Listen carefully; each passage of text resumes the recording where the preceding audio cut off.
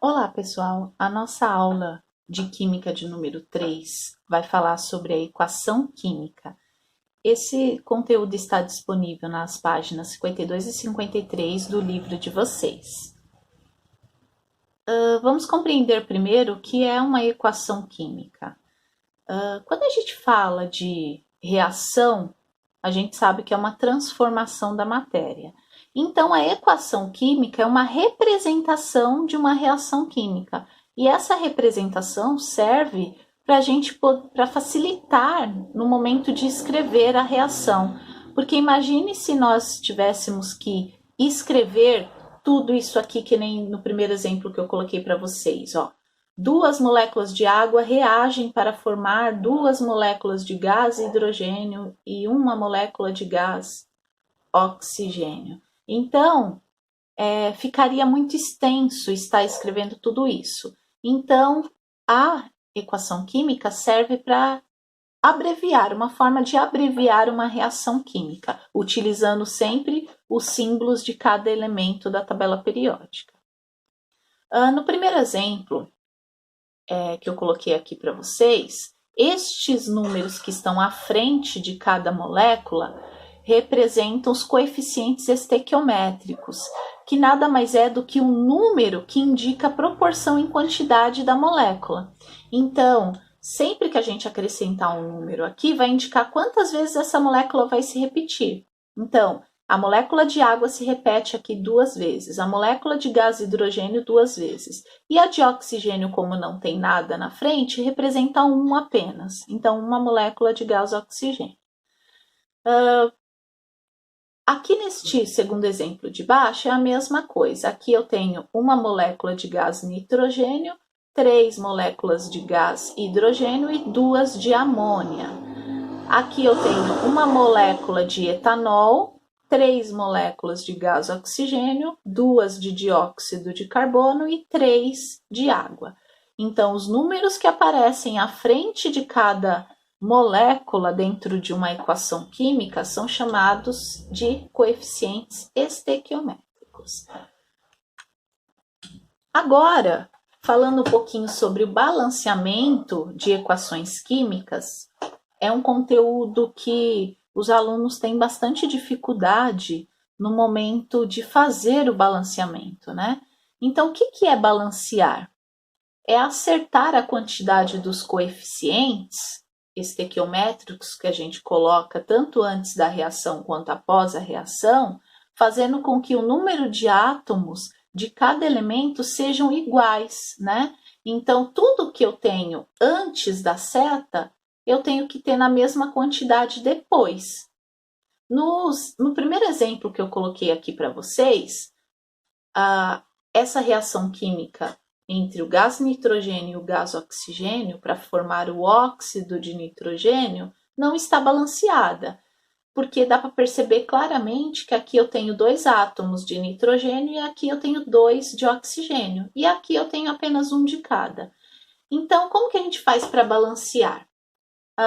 O balanceamento, ele é por tentativa. Então, eu tenho que iniciar colocando um número menor para um maior. Então, sempre a gente começa com o número 2, porque o 1 não irá alterar em nada o número de moléculas. Então, a gente vai acrescentando 2, 3, 4, conforme a necessidade.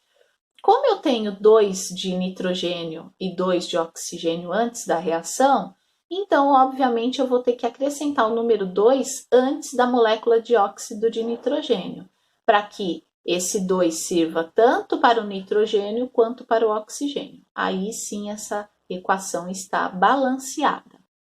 No segundo caso, nós temos uma molécula aqui formada por carbono e hidrogênio, né? Então são 4 hidrogênios para 1 de carbono, que é o metano. E aqui eu tenho uma molécula de gás oxigênio formado por 2 átomos. E aqui tem uma só de dióxido de carbono e uma somente de água. Não está balanceado também essa reação. Se vocês perceberem, nós temos 4 átomos de hidrogênio que após a reação química tem apenas 2. Então, a gente vai ter que fazer o balanceamento. Para fazer o balanceamento, eu preciso acertar a quantidade primeiro dos hidrogênios, né? Então, eu acrescentei o número 2 aqui à frente da água, que vai servir tanto para o hidrogênio quanto para o oxigênio. Então, a gente multiplica esse 2 pelos 2 do hidrogênio. Então, 2 vezes 2 é 4. Então, exatamente os 4 do início da reação. E automaticamente eu também estou mudando o oxigênio, que passou a ter 2, com mais esses 2 do dióxido de carbono. Então, ele tem 4 de oxigênio. Aqui eu acrescentei o 2 para ter 4 também. Daí, essa reação ela já fica balanceada. No último exemplo, nós temos um átomo apenas de ferro e 2 de oxigênio. Após a reação, eu já tenho 2 de ferro e 3 de oxigênio. Então, perceba que de oxigênio nós temos um número ímpar. Então, nós vamos ter que colocar algum número à frente desta molécula para poder transformar o oxigênio em um número par. Então, embaixo eu coloquei o número 2, porque 2 vezes 3 do oxigênio vão ser 6 de oxigênio. Então, eu venho aqui, que tinha apenas 2 de oxigênio, e coloco 3, porque 3 vezes 2 são 6. Então, o oxigênio ficou balanceado.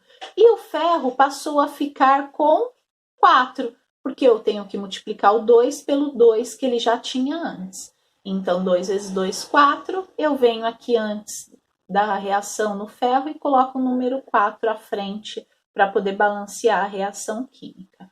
Lembrando que, dentro de um balanceamento, nós não podemos alterar os números de átomos de cada elemento que vem à frente, tá? Esses numerozinhos pequenos. Não pode ser alterado, a gente não pode retirar e nem acrescentar. Então, o único número que a gente pode colocar são os números dos coeficientes estequiométricos, esses que vêm à frente da molécula. E uma vez que a gente adiciona qualquer número antes da molécula, servirá para todos os elementos que estão presentes nesta molécula. Explicando as leis de Lavoisier e Proust, que nós aprendemos na semana passada, dá para poder verificar que dentro de um balanceamento correto, você consegue perceber as duas leis. Então, aqui nós temos a reação química da decomposição da água. Então, 2 moléculas de água reagem para formar 2 moléculas de gás hidrogênio e 1 molécula de oxigênio. Por que aqui confirma a lei de Lavoisier? Porque eu tenho 4, as bolinhas vermelhas, né? A forma geométrica aqui dessa reação química está representado pelas bolinhas. Então, as bolinhas vermelhas representam o oxigênio e as cinzas representam o hidrogênio. Eu tenho, multiplicando 2 pelo 2 do hidrogênio, vai ter 4. Então, são esses 4 aqui que apresenta em cada molécula. Após a reação, eu também tenho os 4 átomos de hidrogênio.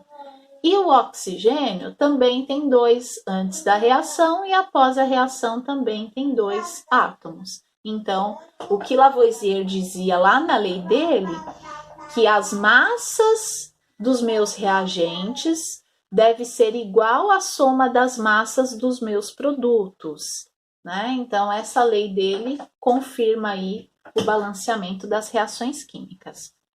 Embaixo, a gente consegue explicar a lei de Proust, né? Que é a lei das proporções constantes. Então, eu seguindo uma mesma proporção em massa, eu consigo dobrar, triplicar, né, a quantidade de uma reação química. Então, ao invés de eu ter 2 de água como em cima, eu dobrei. Então, eu fui para 4 de água. Então, aqui, na forma geométrica, a gente consegue perceber que tem 4, né, átomos de oxigênio e eu tenho um total de 2, 4, 6, 8 de oxigênio, de hidrogênio. Então, 4 vezes 2 são 8, então eu tenho as 8 bolinhas aqui representando o hidrogênio. Após a reação, também são 8 de hidrogênios, então eu tenho 8 bolinhas do hidrogênio. E do oxigênio, eu tenho 4, porque eu multiplico 2 pelo 2, que dá 4. 4 bolinhas do oxigênio também. E se eu quisesse continuar essa equação na mesma proporção, era só seguir que ela está balanceada da mesma forma que a primeira, tá? Só que a proporção somente aumentou. De 2 da água foi para 4, de 2 do gás hidrogênio foi para 4 e do oxigênio de 1 foi para 2.